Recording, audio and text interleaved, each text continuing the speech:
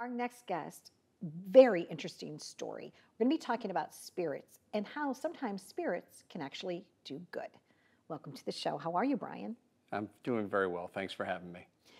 Sometimes we get a lot of feedback in terms of like, oh, you're promoting this or the other thing, but your group, your company, you're doing good. And the name of your company is Do Good Spirits. There you go. Do Good Spirits.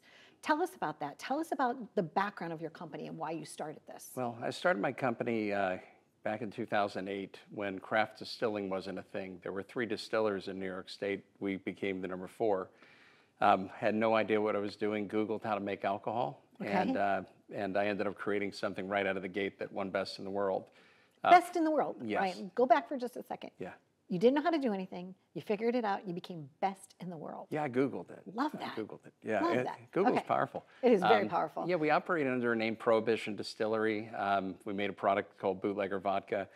And all along, we were trying to find our identity of who we were and what the industry was, because there was no craft distilleries like there were craft breweries. So we're kind of inventing an industry as we went. And along the way, we kind of found ourselves. I've heard other people say on your show, talking about who you are and how you carry yourself is what you bring to this world.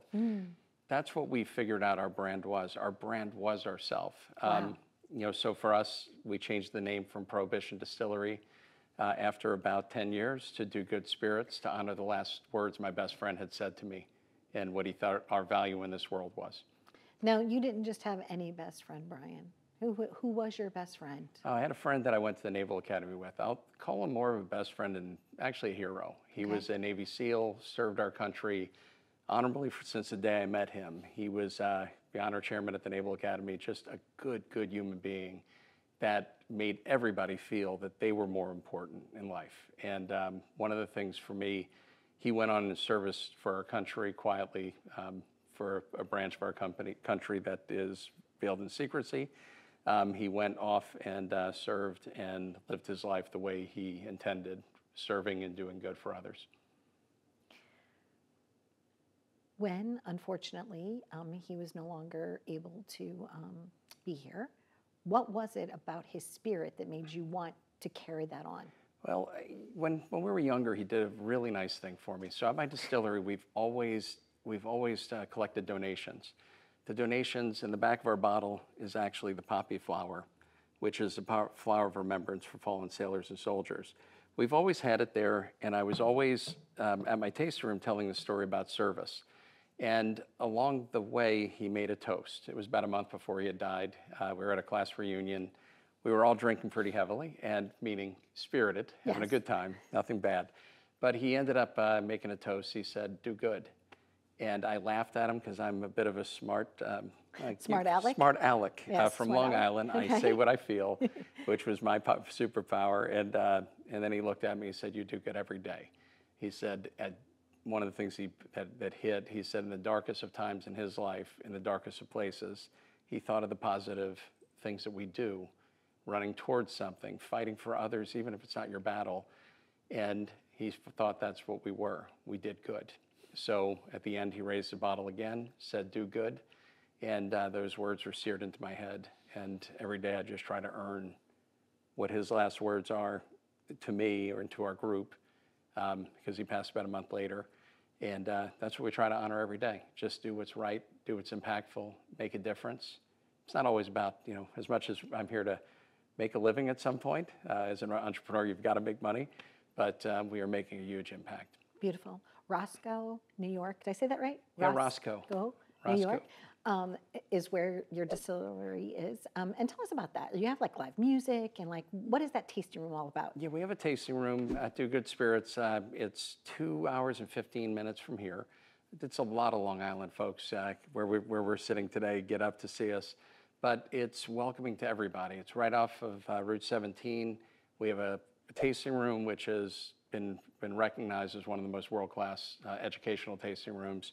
Our restaurant and Chef Evan up there is phenomenal.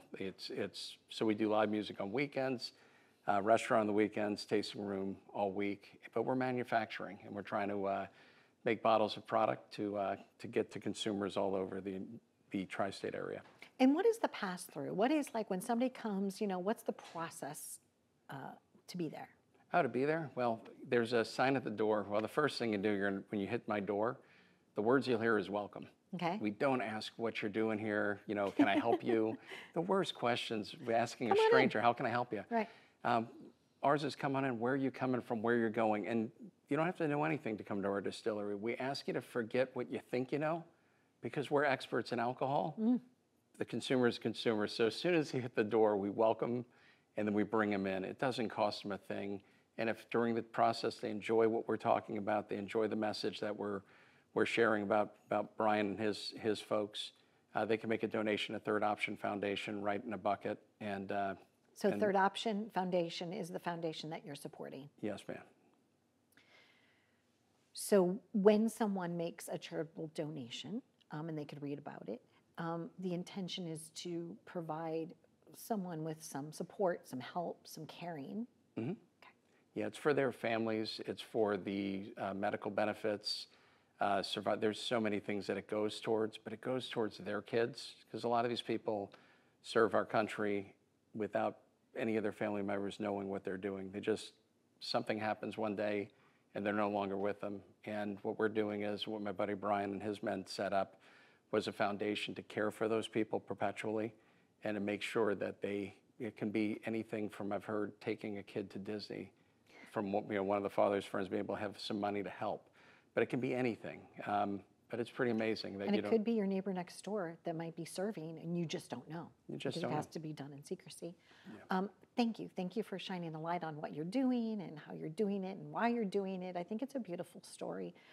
You also fight for legislation, right? Can we Yes. talk about that, even though it's not passed yet, but there are some bills that you're trying to help. Well, then the last 3 years, I've gotten 3 bills passed. The fourth which is amazing, with no lobbyist. Okay. So one of my other jobs, I'm the president of the New York State Distillers Guild. There's over 200 New York distilleries. We lost about 20% of them since COVID. It's just we're getting decimated. Tourism's drying up. People are staying closer to home. During COVID, it was great. Not great, by any means, but people were staying local. Sure. What we're doing is we're trying to get the right to be able to ship, just like winemakers do, directly to people's homes. Okay. So it's a big national fight. We've been lined up against our opposition, which are the retail stores that we love. Mm-hmm. They're our future, but what we're trying to do is find a way to reach consumers without having to go through the system to reach a consumer that wants our product. Okay. So someone seeing us today can buy it on our website versus having to go try to find it in the corner, let's just say, of Niagara Falls. Because it's hard to do distribution like that, right? It is when you're small. When you don't have a budget, you don't have anything, you're a mom and pop business. There are 200 mom and pop businesses that are creating phenomenal agricultural jobs. This is New York agriculture in a bottle. So it's helping farmers, trucking. So many things benefit from the sale of a bottle of alcohol, but those tax dollars get to stay in New York. Okay. So we have a piece of legislation that passed both the Assembly and the Senate. We're hoping Governor Hochul will sign it, but it would be the first piece of legislation that could build New York spirits, in my company as well, into the future of agriculture of New York. Manufacturing's awesome. There's not enough of it, and we represent the 200 distilled spirits manufacturers. So hopefully it'll pass. Very interesting story. There's so many different sides, but I do know that you're doing good, and that's the reason that I wanted to have you on. Mm-hmm. It's Do Good Spirits. Bryan, it was a pleasure to have you here. We wish you all the best and continued success. Thank you so much. And thank you for helping those that sometimes can't even ask for help. Well, it's my honor. Yeah. Nice to meet you. Nice to meet you. Stay tuned for more. We really appreciate you listening to this segment, and whatever you're doing in your community, I hope that you're doing good for others. Be well.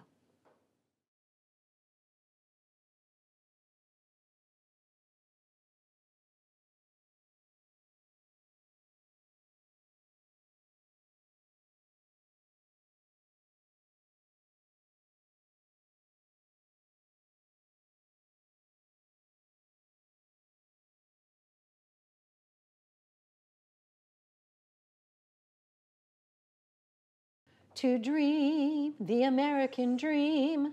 I know the word's impossible, but stay tuned. Our next guests are really cool.